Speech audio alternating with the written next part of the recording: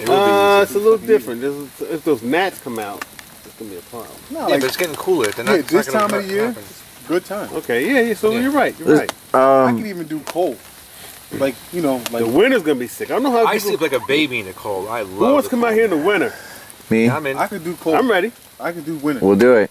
We're definitely gonna do it. I don't like the heat. We're gonna come back here. Propane, Mr. Buddy heaters. So do I. Yeah. Him and I have been out in the Catskills in the winter in the back of that truck. Yeah. We've went through some hard times. Tell them about the sleeping on the trees. Well, yeah, that's your story. You were the one sleeping on the tree stand. Hey Troy, you said your batteries in your camper are not that good. It can't handle these lights. Oh yeah, they could. I didn't have a power cord long enough to run from the RV to the house. Listen, let's get back to the bugging out thing because I wanted to. Your name is Buggingin, right? Yeah. So you plan on bugging in? Well, yeah, I got everything there. You know, I want to defend my area and stay there. I only want to leave if things get truly, truly bad. And you know, what the $1 million question is, where do you go? The thing is, what about look at Hurricane Sandy when everybody came out of the city and took our provisions? Yeah. You know, well, you're going to get overrun. You know, the lines at the gas stations, and then they had a limit of how many gallons you can get, and well, we didn't even have any gas. They came out to my area and took all our gas, so I had to go out further. You had to go further and further north to get gas. And that's the thing that worries me. If there's a breakdown in New York City, they're going to come out. Yeah. You know, ManOfMany Thingz thinks he's going to live in his house. Because those guys ain't going to make it, man. You're not going to make it. You know how crowded New York City is? Yeah.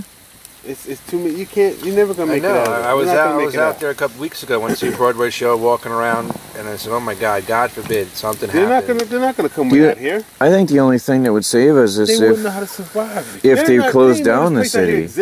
Oh yeah. Out here we would heard survive. Of Wappingers and Poughkeepsie? But otherwise, we're going to be mobbed out here. You're going to die in your house. You're going to die. If you go to Yonkers in the Bronx, they never heard of Fishkill. They can't even pronounce Wappingers. They sure found it after Hurricane Sandy.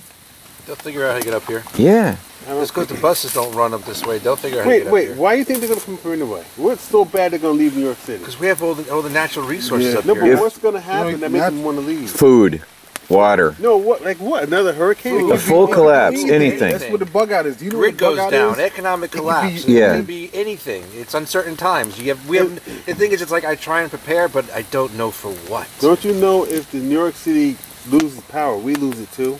Who cares? That's why we're preppers. That's why you have preppers. Yeah. This is all hypothetical. I learned to make the thing. But it's also a possibility. Yeah. These things can happen.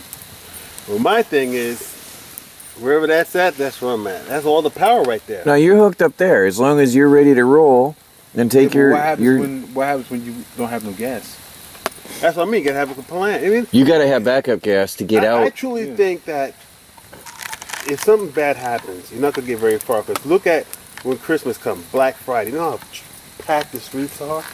Can you imagine everybody out at once? Where are you gonna go? It's gonna be too many cars. You know what? That's on a small scale. That's on a small That's scale. on a tiny scale. Yeah, imagine everybody out at once, like the grid go down. You're not going nowhere, bro.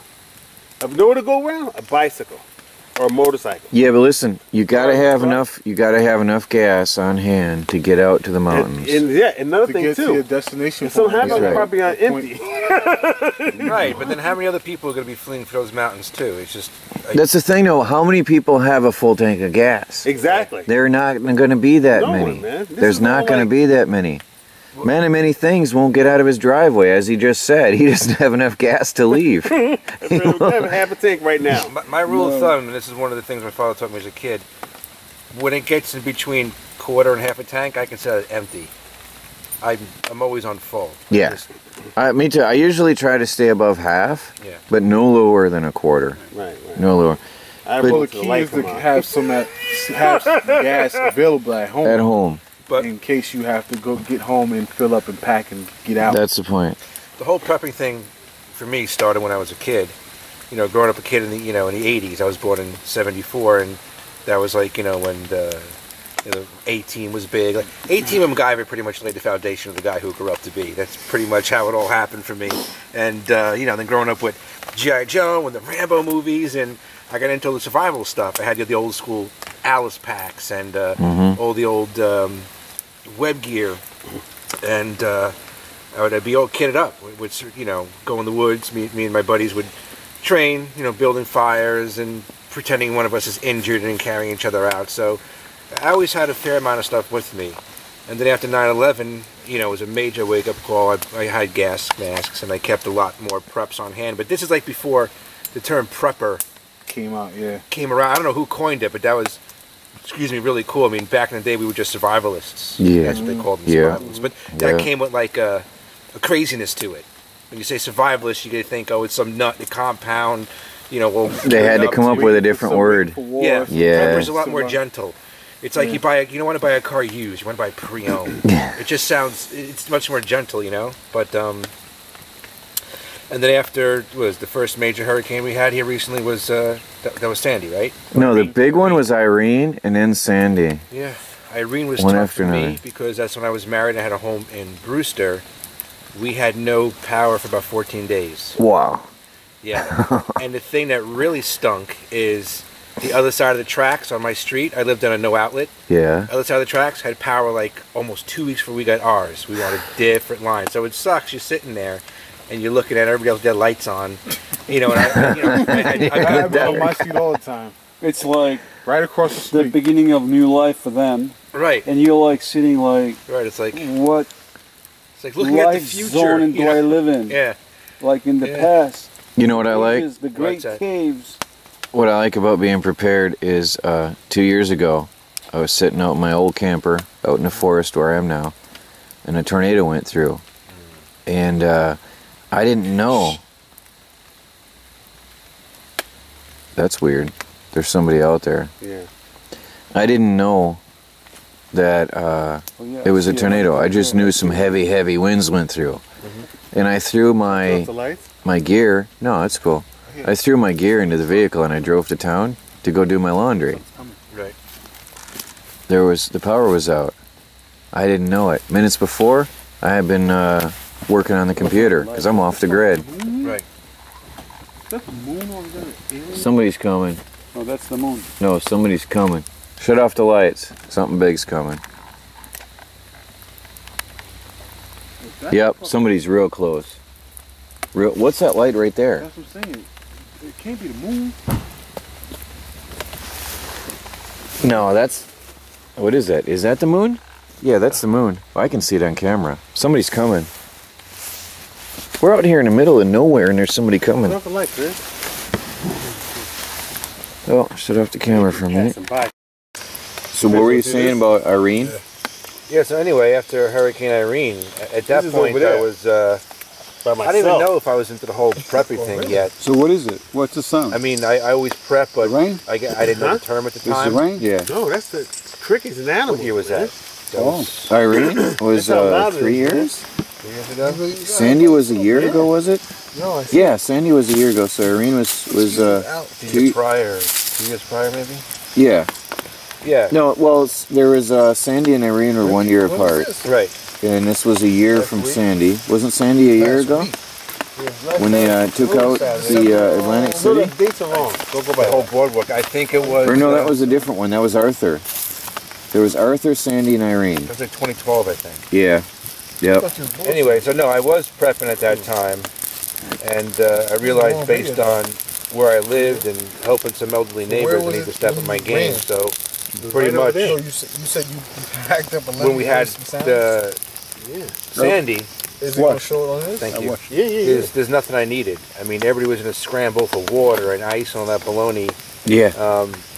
I had enough food and water and various other items like my propane stoves, propane grills, and the heaters for at least 3 months. That's good. And I also keep on hand now in the shed, I've got 25 gallons of gas.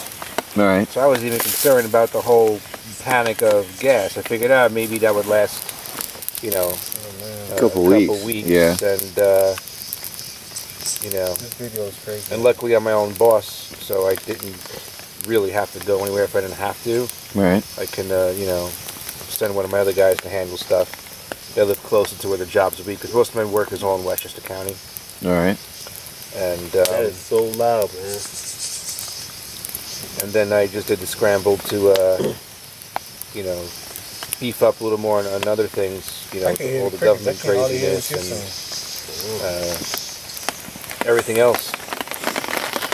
So I got into the whole YouTube thing. Started for me was kind of weird, because being a theater guy, I was just happened to be on YouTube one night. This probably goes back to maybe, I don't know, I want to say 2009ish, maybe 8ish. And that's when I first learned the term EDC.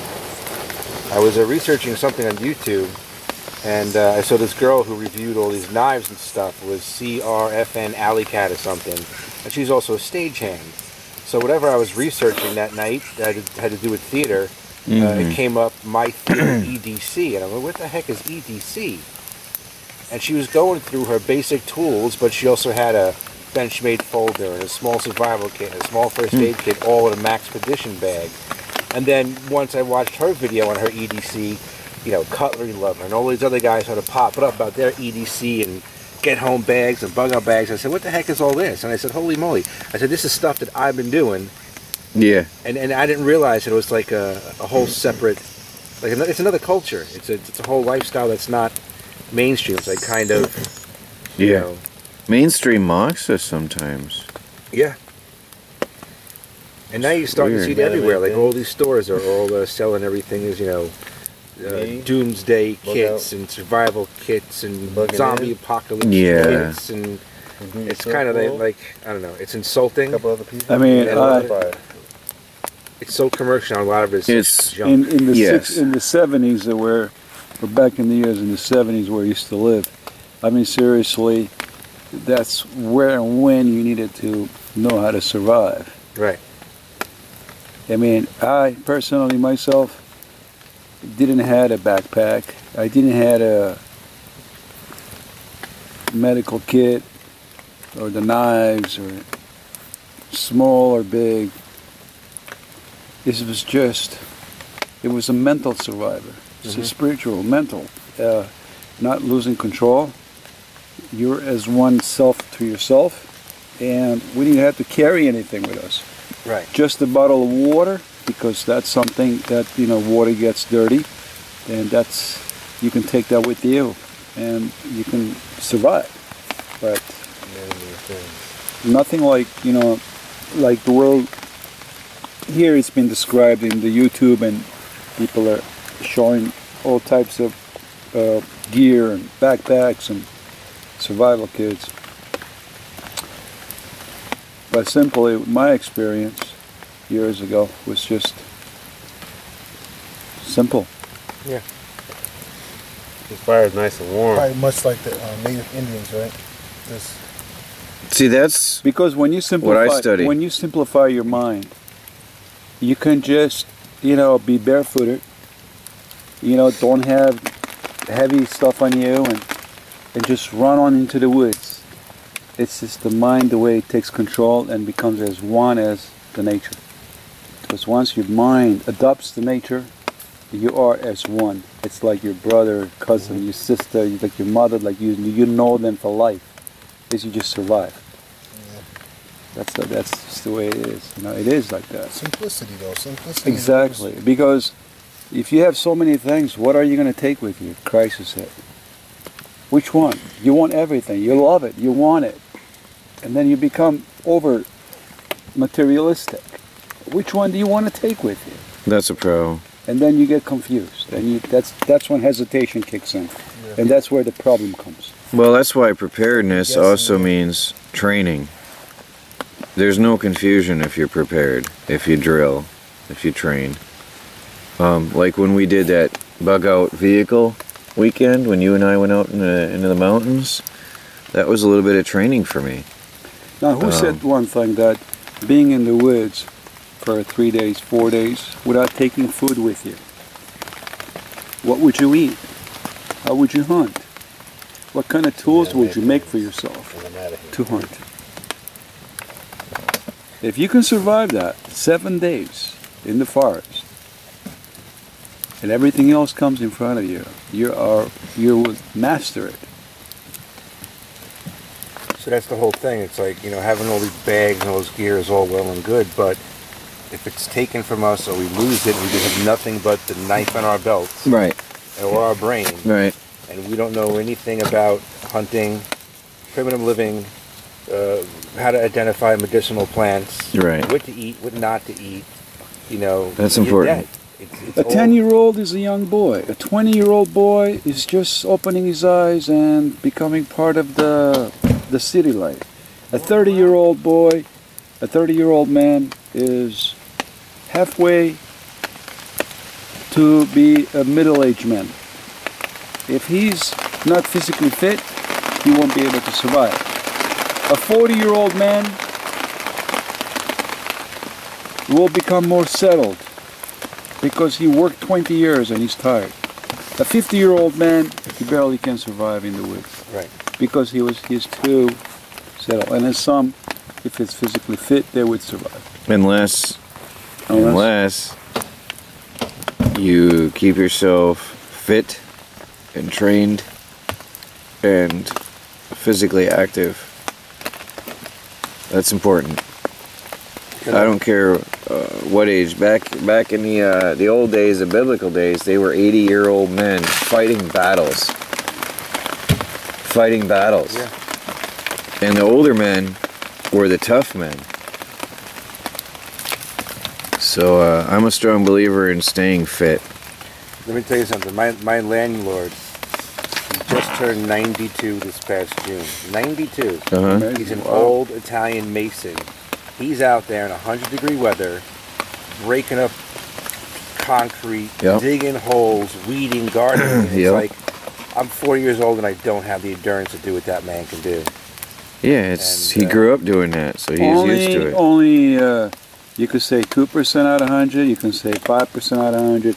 Only those who are 90s and 80s or 60s or 50s, 70s, they can take they could handle any endurance. Yeah. Physically, mentally, when it comes to it. But if I would say 90% of it, 90% of people, they don't have interest. And when the crisis hit, hurricanes, Mother Nature, this shakes the earth. And people are very much confused. They don't know what to do because they are not prepared. Can we turn the light on again? And guys like you and others on YouTube and small channel, big channels, they teach. Guys like Troy, they show them how to do. So you guys are the tools, and the people are people that need to use those tools and buff them into themselves, and train themselves to be strong and deal with it. Like in my case, when the Hurricane Sandy kicked in, next day I went down to the supermarket. There was nothing. Yeah. No milk, no juice. Everything's on the floor. No water. Nothing. I mean, people just literally grabbed everything. Because selfishness kicks in. When their selfishness kicks in, everyone thinks about their belly, their family, their kids, which is normal. Which is very much normal. And but those who fall behind, the older ones, the elderly, they can't go, and they're the ones who are going to suffer. There will be no more food left in the supermarkets, restaurants. I couldn't find a D battery for 2 months. No, there was nothing. No. It was crazy. Survival to me, I'll sum it up very simply. I've been through many situations, but I used to always, for as far back as I can remember, I always had a food provisions. And even before the hurricanes, one time I lost my job, and I lived for 3 months on my supplies, my food supplies. Yeah. Eating that until I got another job and could afford to restock and to provide for myself. And that was close, whatever that is. There's something moving out there. Tree, Well, anyway, Point the light. I survived on my food stash. Point the light. And that's what it's all about. Now, if it's longer term, to the left. then you know, then I'm prepared. It's coming right behind. But I'm happy I had it. Slowly, slowly. So what's going on the side here is to the right. There's something moving out in the forest. 1 o'clock. And the guys are trying to locate it. It's been getting closer and closer with the time. Something hungry. Well, I don't know if it's hungry or not, but it's coming closer, whatever it is. It's quite possibly just admiring my new Bear Grylls tent. Is it a Bear Grylls tent? Of course it is. He's at the. We're going to find out if it's a Bear Grilled tent tonight. Exactly. We'll see if the Bear Grylls tent could protect a bison. He's about 100, 150 feet away from us. Bugging in tonight is bugging out on the outskirts of the camp, where I would never find myself, to be honest. And it didn't seem that far away till it got dark. I know. Oh God. He's out there a ways. I like my survival truck. I like to get in to the back of a hard-shelled vehicle and lay down in my comfy mattress. With a man with a machete. Yep. Yeah. Eric and I have been through a lot of crazy stuff out in the forest and out in the woods. We've been through a blizzard together. We were up in the Catskills. I had my 79 survival truck camper and a 69 two-wheel drive beat up old truck. And we decided we were going to go up to the Catskills and go and have an outing. We knew a blizzard was coming, but we thought, that'll just be an adventure. Well, we got snowed in hardcore at the top of a mountain. I had, though, wisely backed the truck up at the end of a dead-end lane, facing downhill, knowing that at least if we were going to get snowed in, at least if I'm facing downhill, it'll give me a head start getting out of the blizzard. Right. And it helped, because the next day we had, what do we have, 18, 19? That is seriously something over there. Did you hear that? I just heard it, so I just turned. It's closer. That's behind you. Shall we all take a look? I think we should take a look. All right, camera.